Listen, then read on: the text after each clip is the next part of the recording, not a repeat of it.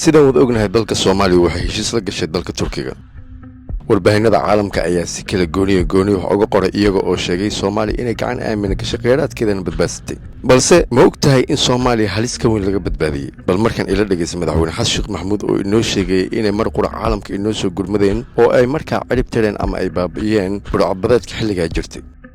caalamku markii wax ayaga xanuujinaya ay yimaadaan waana garab istaagayeen sida burcadbadeedkii oo kale.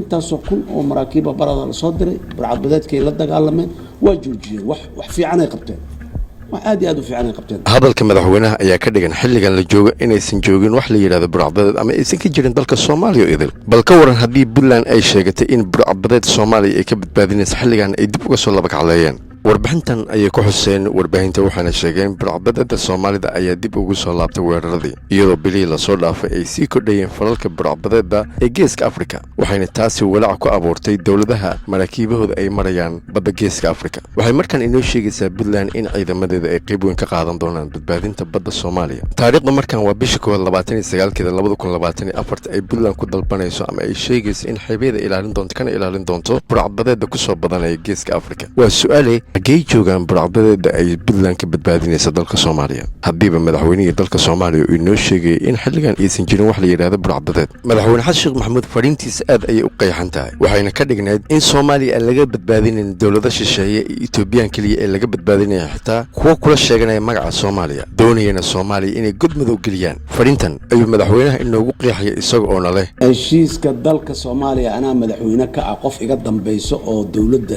iyo magaceeda iyo sovereignty-geeda ku hadli lahayd ma jirto. heshiiska inta ugu muhiimsan waa intaas aniga aan ka sheegay in la qariyana maslaxadda dalkaana ku jirtay looma qarin sir iyo magaciisa ma aha dokumentigiisana official uu noqona gazeetku ku soo baxa dadka Soomaaliyeedna way arki doonaan. waxaan shaki lahayn inaad ogaatay arrin sira oo aan la rabin inaad adiga ogaatid balse ugu dambeyn waad ogaatay laakiin waxay mas'uuliyadda ka saaran tahay qaybta sheergaraynta maanta. ogsoonow haddii burcadbadeed Soomaaliya oo aan jirin la doonayo in la abuuro mashruuc la rabo in lagu qaato iyadoon dalka Soomaaliya aan ka jirin wax burcadbadeed ah. ogsoonow argagixisada maanta joogtana qaabkaas oo kale ayaa loo abuuray. ku soo biir halkan si aad ogaatid waxyaalo badan oo adiga ka daahsoon. barnaamij midkan lamid intaanu kulmi doono sida ay nabadgelyo. Monitors waa application ku sahlaya si fudud inaad lacagtaada ugu dirsato xigaalkaaga qaraabadaada ku kala sugan Bangladesh, Ethiopia, Ghana, India, Kenya, Somalia, Nigeria, Pakistan iyo Uganda. dunida meel walba ku sugan waxay si fudud u gaarsiin doonaan lacagihii aad u dirsatay iyaga oo wax kuugu diri doona qiimo dhimis aad u wanaagsan. Monitors markii aad la soo degto ugu horreyn waa inaad isdiiwaan gelisid kadibna waxaa kuu sahlanaan doonta ciddaad doonto inaad lacag u dirto. Monitors aaladan waxay kaloo aan kuugu soo siyaadinay in schedule u samaystid oo bisha 1 ama bisha 5 xilliga biilka adiga aad dirtaad u baahnaan doona in abka maalin walba aad ku soo laabato adigoo shaqeynaya adigoo mashquul ahaba in lacagta schedule-ka ay gelisay aadan ka walwalin inaad mashquulsan tahay ama inaad ka habsaanto biilka adiga aad diri jirtay.